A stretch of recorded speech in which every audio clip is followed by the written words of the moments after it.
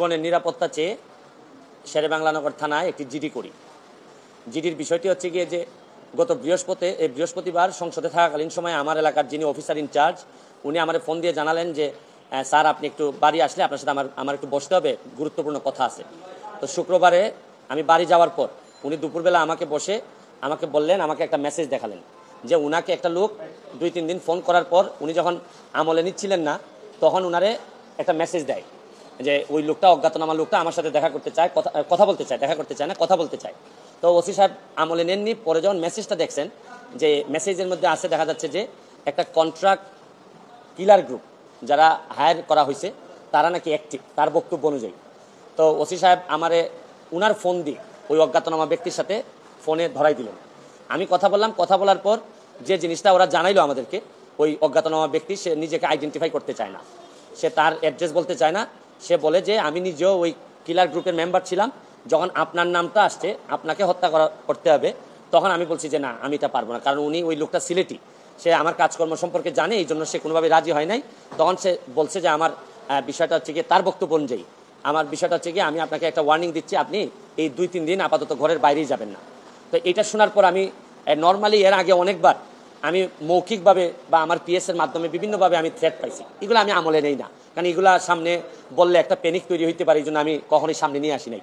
এইবার যখন আমার এলাকার ওসি সাহেবের মাধ্যমে আসছে তখন আমার কাছে মনে হয়েছে যে মানুষ যখন কখনো কোনো ওসিরে নর্মালি তো কেউ ফোনই দেয় না, তার উপর যখন সে এইরকম একটা মেসেজ দিচ্ছে তখন আমার মনে হয়েছে যে সিরিয়াসলি একটা পটেনশিয়াল থ্রেট, আমার এটা অবশ্যই আমলে নিতে হবে। তো এই জন্য আমি ওই দিন পরের দিন সকালেই আমি ঢাকা চলে আসি, সংসদ ভবনে চলে আসি। এসে আমি এর ভিতরে আমি পুলিশের ঊর্ধ্বতন কর্মকর্তা যারা আছেন তাদের সাথেও আমি কথা বলি। তো এরপরে আমি জিডিটা আমি গতকালকে করছি। কিন্তু আমার যে জায়গাটাতে প্রশ্ন হচ্ছে, দেখেন আমি একজন মেম্বার অফ পার্লামেন্ট, পুলিশ যখন আমার এলাকার ওসি সাহেব যখন জানলেন কোনো একটা মারফতে যে আমার একটা লাইফ রিস্ক আছে, তখনই কিন্তু উচিত ছিল যে উনি এসপি সাহেবের সাথে আলাপ করবেন, ডিআইজি সাহেবের সাথে আলাপ করবেন।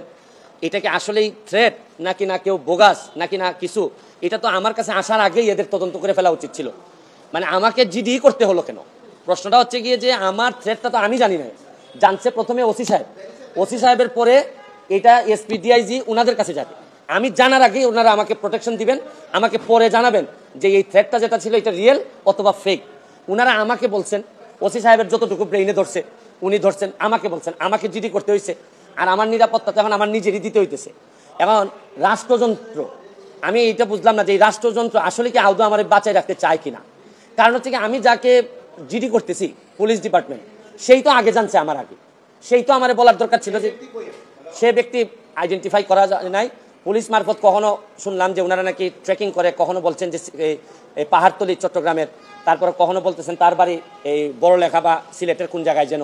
তা আমার বিষয়টা হচ্ছে গিয়ে যে দেখেন এই দেশে বঙ্গবন্ধু মারা গেছেন, তার পরিবার সবাই মারা গেছে, আমার হবিগঞ্জের শাহ এম এস কিবরিয়া সাহেব মারা গেছেন, আমরা তো কোনো প্রোটেকশনই দিতে পারি নাই। আর আমার বিষয়টা এরকম হয়েছে যে এই পুলিশের ভূমিকা দেখে মনে হইতেছে যে পুলিশ মনে হইতেছে যে একটা অপমৃত্যু রেকর্ড করার জন্য বসে আছে, যে আচ্ছা একটা মৃত্যু হয়েছে, নাইলে এই পর্যায়ে যাবে কেন, আমি কি করতেছি না করতেছি সব পুলিশ এবং এনফোর্সমেন্ট এজেন্সির নখদর্পণে থাকবে। কারণ এরা খবর নেয় না বলেই লোকগুলা মরে, আর এরা খবর নেয় না বলেই বেনজির রায় তো ধনী হয়, এরা খবর নেয় না বলেই মতিউর রায় তো টাকার মালিক হয়। কারণ এরা তো থাকে কারে কোন জায়গায় বদলি করবে, কারে কোন জায়গায় জায়গা মতো নিজের লোক সেট করলে অনেক টাকার বাণিজ্য হবে, এইসব অভিযোগ এদের বিরুদ্ধে।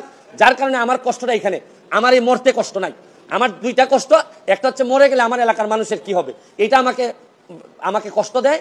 আরেকটা হচ্ছে গিয়ে যে এই দেশটা এমনভাবে মরার জন্য ক্ষেত্র তৈরি করা হয়েছে যে আপনি দেখেন আজকে আমার সকালবেলা আমার মেয়ে আমাকে বলে কি জানেন, কোন দেশে আছি, আমার মেয়ে আমার বলে তোমাকে নাকি থ্রেট দিছে কে, সে আমেরিকাতে থাকে, বাচ্চা মাত্র বয়স 11।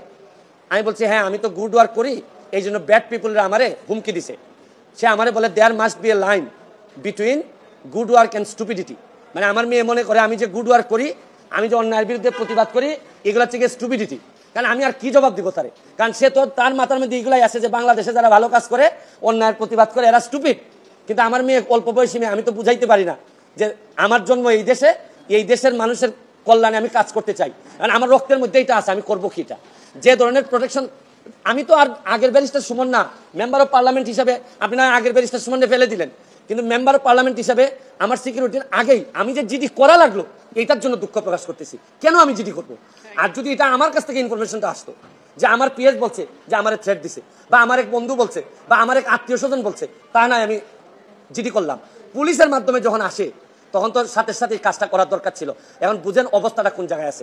তারপর আমি বিশ্বাস করি যে যতদিন আসি মানুষের কল্যাণে কাজ করতে চাই, আপনাদের দোয়ায় কাজ করতে চাই, আর নিজের মানুষের আমার প্রতি যে বিশ্বাস আমি মনে করি এটাই আমার নিরাপত্তা।